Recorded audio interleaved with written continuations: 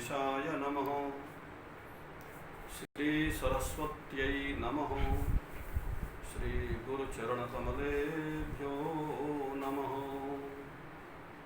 कृष्णाय वासुदेवाय हरये परमात्मने प्रणतक्लेशनाशाय गोविन्दाय नमो नमः। अज्ञानतिमिरान्धस्य ज्ञानाञ्जनशलाकया चक्षुरुन्मीलितं येन तस्मै श्रीगुरवे नमः। जय श्री हरि और जय श्री हरि शरणम। बड़े ही सौभाग्य की बेला है। आज हम आपको योग के विषय में जानकारी प्रदान करेंगे। आजकल पूरे देश में योग की बहुत बड़ी चर्चाएं चल रही हैं, उसी विषय में थोड़ा जानकारी दें। देखो, योग का असली अर्थ क्या होता है? योगः चित्तवृत्ति निरोधः। जिसके माध्यम से चित्तवृत्ति का निरोध हो जाए उसे योग कहते हैं। योग का अर्थ प्रायः सब लोग जानते हैं। गणित के हिसाब से योग का मतलब जोड़, अंकों के जोड़ को भी योग कहते हैं। जोड़ का मतलब एक तो अंकों का जोड़ होता है और ये दूसरा जो चित्तवृत्ति का जो निरोध है ये भगवान से जोड़ होता है। माने आत्मा परमात्मा से मिल जाए। जिस माध्यम से आत्मा परमात्मा से मिल जाए उस माध्यम को भी योग कहते हैं। योग के विषय में महर्षि पतंजलि ने बहुत लंबा लिखा है।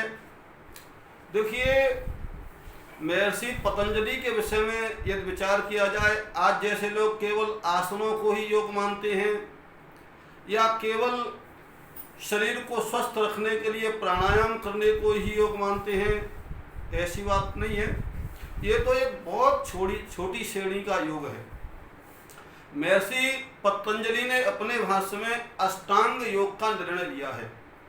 माने योग के 8 अंग होते हैं। श्रीमद् भागवत महापुराण में भी अष्टांग योग का वर्णन प्राप्त होता है। कपिलदेव भगवान ने अपनी माता देवहूति को अष्टांग योग का निरूपण किया है। उन्होंने वहाँ बताया है कि योग के जो 8 अंग योग होते हैं वो यम, नियम, आसन, प्राणायाम, प्रत्याहार, धारणा, ध्यान और समाधि, ये योग के 5 अंग हैं। अब देखो, योग में मनुष्य यम से लेकर के समाधि तक पहुंचता है। समाधि सबसे अंतिम अंग है। सबसे पहले मैं आपको बताऊं यम क्या होता है। हालांकि ज़्यादा विस्तार नहीं करेंगे क्योंकि योग की महिमा तो बहुत बड़ी है, ये तो कई दिनों में भी वर्णन नहीं कर सकते हैं। अति संक्षेप में मैं आपको बताऊंगा यम क्या है। श्रीमद् भागवत महापुराण में कपिलदेव भगवान बताते हैं अहिंसा, सत्य, अस्तेय, ब्रह्मचर्य, अपरिग्रह, ये 5 प्रकार के यम हैं। माने अहिंसा माने किसी भी प्राणी को मन से, वाणी से, कर्म से किसी भी प्रकार का कष्ट नहीं देना, इसे कहते हैं अहिंसा। तो पहला अहिंसा। दूसरा सत्य। सत्य का असली अर्थ ये है कि अपने वाक्यों को यथार्थ बोले। माने जो वास्तविकता है, जो अपने हृदय में सही लगता है, जिस वाक्य से किसी को कष्ट नहीं हो, ऐसे वाक्यों को बोलना और यथार्थ बोलना, इसे कहते हैं सत्य। अस्तेय का अर्थ होता है चोरी नहीं करना। माने किसी भी प्रकार के मन से भी कहीं भी किसी भी प्रकार की चोरी नहीं करना, ये अस्तेय है। ब्रह्मचर्य माने ब्रह्मचर्य की साधना करे। और अंत में अपरिग्रह का अर्थ ये होता है कि इतना संग्रह नहीं करे, ज़्यादा संग्रह नहीं करे, जितनी आवश्यकता हो उतना ही संग्रह करना चाहिए, अधिक संग्रह करने की आवश्यकता नहीं है। इसे कहते हैं यम। और इसे जिस प्रकार से 5 यम हैं, इसी प्रकार से 5 नियम होते हैं। 5 नियम में होता है शौच, संतोष, तप, स्वाध्याय, ईश्वर, प्राणधान। माने शौच माने पवित्रता से रहना, ज़्यादा से ज़्यादा पवित्रता से रहना, यह शौच है। आजकल प्रायः लोग पवित्रता को छोड़ते जा रहे हैं, अपनी पवित्र भारतीय संस्कृति को त्यागते जा रहे हैं और पाश्चात्य देशों की दूषित संस्कृति को धारण करते जा रहे हैं। इसी कारण विनाश का तांडव दिखाई दे रहा है। इसलिए हमारा कर्तव्य होता है कि शास्त्रों में जो हमें पवित्रता बताई गई है उस पवित्रता से रहना, यह है शौच। संतोष माने जो कुछ भी परमात्मा की कृपा से आपको प्राप्त हो जाए उसी में आनंद प्राप्त करना, उसी में खुश रहना, यह सज्जनों होता है संतोष। और संतोष की सबसे बड़ी महिमा है। तब कहते हैं कि परमात्मा को पाने के लिए, ईश्वर को पाने के लिए अपनी इंद्रियों को कष्ट देना, माने इतना कष्ट देना, ये ज़्यादा कष्ट की भी आवश्यकता नहीं है। माने एक हिसाब से भगवान को पाने के लिए जो साधनाएं हैं ना कई प्रकार की, यही तप कहलाता है। स्वाध्याय कहते हैं कि भगवान को पाने के लिए धर्म ग्रंथों का अध्ययन करना, और आगे ईश्वर प्राणधान का मतलब होता है ईश्वर को प्राप्त करने के माने ईश्वर की सन्निकटता प्राप्त करना, ये यम फिर नियम। अष्टांग योग में पहला यम, फिर नियम, तीसरा है आसन। आसन के माध्यम से भी भगवान तक मनुष्य पहुंचता है। हमारे यहाँ आसन की सबसे बड़ी महिमा है। ऐसा श्रीमद् भागवत में आता है कि जैसे आप कथा श्रवण करने बैठे तो श्रोता का लक्षण क्या है, तो श्रीमद् भागवत में आता है कि जितासनो जितश्वासो जितसंगो जितेन्द्रियः स्थूले भगवते रूपे मनः संधारयेत् धियः। श्री सुखदेव जी महाराज ने बताया है कि सबसे पहले अपने आसन को जीतो, जितासन। तो आसन को जीतने का मतलब क्या होता है? आसन को जीतने का मतलब होता है काफी समय तक एक ही आसन पर बैठे रहना। काफी समय तक माने कथा जैसे 5-6 घंटा चलती है तो उतने समय तक एक ही आसन पर बैठे रह करके भगवान की कथा को कान के माध्यम से हृदय में उतारना, तदनुसार आचरण करना। इसके अलावा आसन का जो दूसरा रूप है, जो आजकल आप देखते हैं कई प्रकार के आसन होते हैं, शीर्षासन होता है, पश्चिमोत्तान आसन होता है, भुजंगासन होता है, ये अनेक प्रकार के जो आसन हैं, हलासन होता है। इन आसन को भी आसन क्रिया ही कहा जा सकता है। तो ये आसनों के माध्यम से भी अपने शरीर को भी स्वस्थ रखा जाता है। इसके अलावा आसन के माध्यम से भगवान के चरणों में प्रीति भी प्राप्त होती है। ये आसन तीसरा अंग है योग का। अब हम आज विशेषकर आपको प्राणायाम के विषय में जानकारी दें, क्योंकि प्राणायाम जो है योग का चौथा अंग है। प्राणायाम के माध्यम से मनुष्य भगवान तक पहुंचता है। जैसा कि मैंने अभी आपको बताया था कि श्रीमद् भागवत में सुखदेव जी कहते हैं जितासन जितश्वासो। सबसे पहले अपने आसन को जीते और उसके बाद में अपनी श्वास को जीते, क्योंकि श्वास ही तो सब कुछ है और श्वास को केवल प्राणायाम के माध्यम से ही जीता जा सकता है। आजकल प्राणायाम की चर्चाएं खूब चल रही हैं, पूरा देश कई प्रकार के प्राणायाम करता है, लेकिन आजकल हम लोग या पूरा देश जो प्राणायाम करता है वो केवल अपने स्वास्थ्य की दृष्टि से, हमारा शरीर स्वस्थ रहे, हमें कोई रोग नहीं रहे, इसलिए प्राणायाम करता है।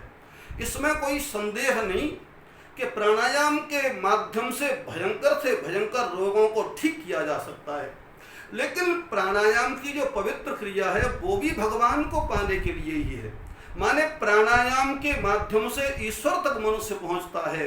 देखिए हमारे ग्रंथों में, हमारे जितने भी धर्म ग्रंथ हैं उनमें प्राणायाम की पहली 3 क्रियाएं लिखी हैं, पूरक, कुंभक और रेचक। पूरक का मतलब होता है श्वास को खींचना और कुंभक का मतलब होता है श्वास को रोके रहना और रेचक का मतलब होता है धीरे धीरे श्वास को छोड़ना। तो ये प्राणायाम की पहली 3 क्रिया हैं और इसके आगे जितने भी प्राणायाम हैं वो सब प्राणायाम इन्हीं तीनों क्रियाओं के आधार पर चल रहे हैं। माने समस्त प्राणायामों में यही 3 क्रियाएं करी जाती हैं। आज मैं आपको जो वास्तविक शास्त्रीय प्राणायाम है, जिस प्राणायाम को करने से आपका मन परमात्मा में लगता है, ईश्वर के चरणों में लगता है, वो प्राणायाम आपको बताने जा रहा हूँ। प्रायः आजकल मैं देखता हूँ, मैं कथा के माध्यम से भारत के कई प्रदेशों में जाता हूँ, ज़्यादातर लोग केवल यही कहते हैं कि महाराज जी हमारा मन पूजा में नहीं लगता।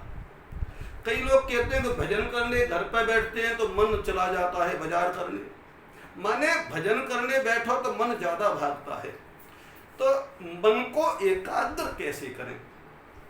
मन को एकाग्र करने के लिए सबसे अच्छी विधि है प्राणायाम। प्राणायाम के माध्यम से हमारा मन एकाग्र होता है, प्राणायाम के माध्यम से हमारा मन परमात्मा के चरणों में लगता है। आज मैं इसी विषय में चर्चा करूंगा। इस समय हम अपने निवास श्रीहरि धाम में हैं, फतेहाबाद में हैं। यहीं श्रीहरि धाम में बैठ कर के ही आप लोग इस पवित्रतम आख्यान को श्रवण कर रहे हैं। तो देखिए हमारा मन परमात्मा के चरणों में कैसे लगे, इसी विषय पे आज चर्चा प्राणायाम के बारे में होगी। मैंने आपको बताया था कि प्राणायाम की पहली क्रिया होती है पूरक। पूरक माने श्वास को धीरे धीरे खींचना। देखिए प्राणायाम में उतावलेपन की कोई आवश्यकता नहीं है। प्राणायाम करते समय किसी भी प्रकार का टेंशन नहीं होना चाहिए। प्राणायाम करते समय मन में प्रसन्नता रहनी चाहिए। एक किसी पवित्र आसन पर बैठ जाए, चाहे सुखासन पर बैठ जाए, चाहे पद्मासन पर बैठ जाए, और अपने मेरुदंड को एकदम सीधा रखे।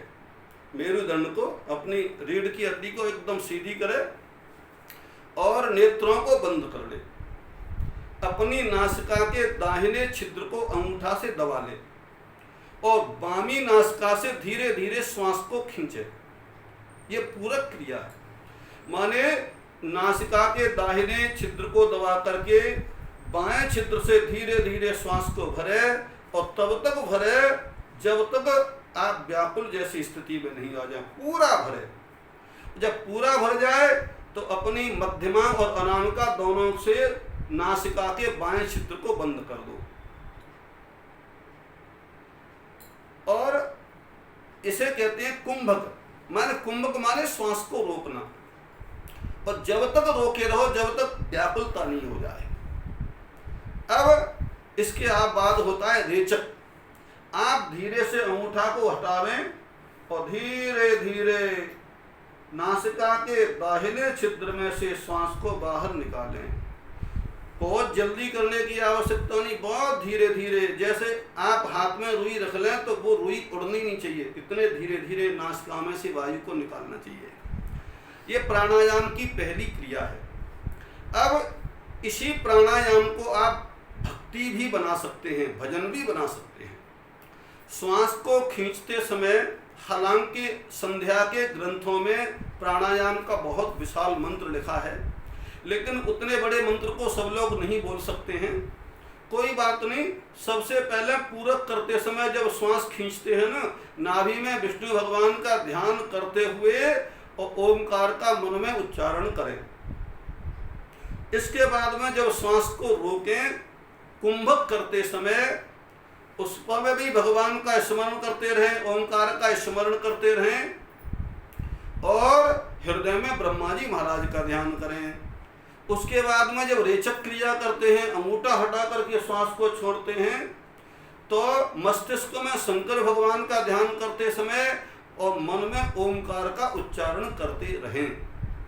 तो देखिए ये प्राणायाम की पहली क्रिया है, पूरक, कुंभक और रेचक। इस क्रिया को आप कम से कम 3 बार करें। इसके बाद आप 5 बार या 7 बार तक इस क्रिया को करें। और मैं दावे के संग कहता हूँ, और मैं नहीं कहता, हमारे धर्म ग्रंथ कहते हैं, यदि कोई प्रतिदिन सही विधि से इस प्रकार यदि प्राणायाम करे तो उसका निश्चित ही मन पूजा में लगेगा, उसका निश्चित ही मन भजन में लगेगा। क्योंकि सही क्रिया यदि प्राणायाम की हमारे पास है, पूरी विधि से हम प्राणायाम करते हैं, तो निश्चित ही मन भगवान के चरणों में लगता है। आपका मन फिर भटकेगा नहीं। और ध्यान रखना सज्जनों, मन ही, वाल्मीकि रामायण में लिखा है कि मन एव मनुष्याणाम कारणम बंध मोक्षयो हो। ये मन ही मनुष्य के बंधन और मोक्ष का कारण है। मन को संसार में फंसाओगे तो बंधन होगा, और मन को परमात्मा की तरफ ले जाओगे तो मोक्ष होगा। तो मन ही मनुष्य के बंधन और मोक्ष का कारण है। और मन का निरोध तभी होगा जब हम सही विधि से प्राणायाम करें। तो मन का समन, इंद्रियों का दमन, तो प्राणायाम के माध्यम से मन का समन होता है। तो इस प्रकार से यदि कोई नियमित प्राणायाम करे उसके बाद पूजा करे तो ये निश्चित है उसका मन परमात्मा में लगेगा, उसका मन भजन में लगेगा, उसमें का मन पूजा में लगेगा। आज से आप लोग ध्यान पूर्वक नित्य प्रति पूरी विधि के संग प्राणायाम केवल इतना ही करें। इसके अलावा अपने स्वास्थ्य को अच्छा रखने के लिए, ईश्वर को पाने के लिए अनेक प्रकार के प्राणायाम हैं। जैसा कि आप रोजाना देख रहे हैं, एक बात और बताऊं मैं आपको, प्राणायाम के माध्यम से मनुष्य ईश्वर तक पहुंच सकता है। प्राणायाम एक इतनी बड़ी क्रिया है कि प्राणायाम करते करते एक समय ऐसा आता है जब आपका आसन ऊपर उठने लगता है। मैंने अपने नेत्रों से देखा है।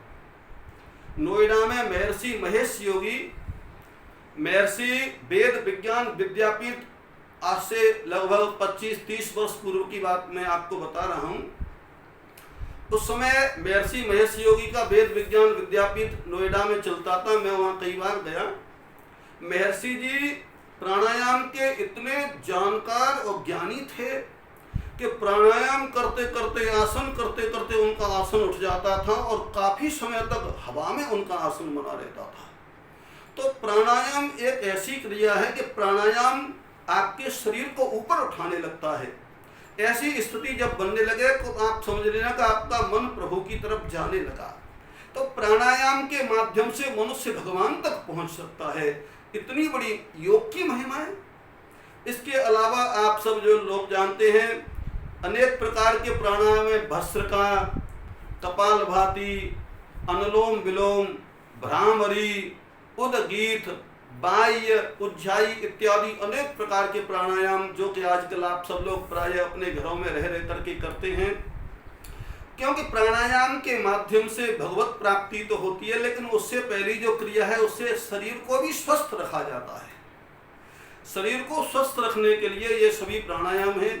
इनके विषय में भी मैं थोड़ी थोड़ी जानकारी दे दूं आपको, हालांकि आप सब लोग इस विषय को खूब जानते हैं। सबसे पहले भस्त्रिका प्राणायाम जो होता है ना, उसमें श्वास को खींचा जाता है, भरा जाता है। इसमें केवल पूरक और रेचक किया जाता है, इसमें कुंभक नहीं होता। श्वास को भरो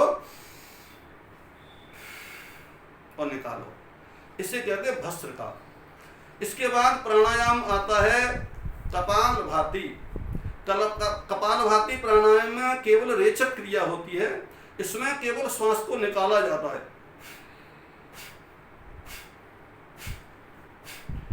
केवल श्वास को, रेचक माने श्वास को निकालना। इसके बाद आता है अनुलोम विलोम, उल्टा सीधा। इसे नाड़ी शोधन प्राणायाम भी कहते हैं। इधर से श्वास भरो, दूसरी नासिका से निकालें, दूसरी से भरें, पहली में निकालें। ये नाड़ी शोधन प्राणायाम है। इसके बाद में भ्रामरी प्राणायाम है। कान में अंगूठा लगा करके नेत्रों को बंद करके अंदर ही अंदर ओंकार का उच्चारण करें। इससे मस्तिष्क ठीक होता है। उसके बाद में उज्जाई प्राणायाम है, ओंकार का उच्चारण करना, ये प्राणायाम है। माने इन प्राणायामों के माध्यम से भयंकर रोगों को ठीक किया जा सकता है। प्रत्येक प्राणायाम कम से कम 5 मिनट करिए, आपको केवल 20 मिनट लगेंगे और 20 मिनट में आपका स्वास्थ्य एकदम पवित्र हो जाएगा।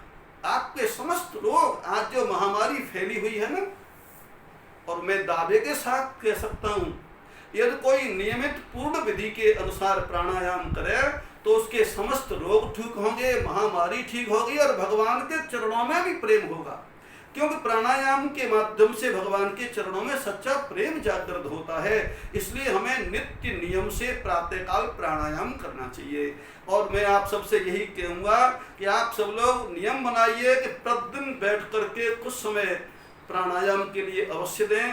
क्योंकि प्राणायाम के माध्यम से हमारा शरीर एकदम स्वस्थ होता है, समस्त रोगों का निदान हो जाता है। फिर डॉक्टर घर में नहीं आएगा। नित्य प्रति प्राणायाम यदि करें तो आज मैंने प्राणायाम तो आपको ये पवित्रतम क्रिया बताई है। हालांकि ये विषय बड़ा विस्तार वाला है, मैंने अति संक्षेप में आपको ये वर्णन किया है। बस आपसे मैं बार बार यही कहूँगा कि अपने रोगों को ठीक करने के लिए, परमात्मा को प्राप्त करने के लिए प्राणायाम को नित्य करें और भगवान का स्मरण करें, पूजा पाठ करें। बस आज इतना ही कहकर के वाणी को विश्राम देंगे।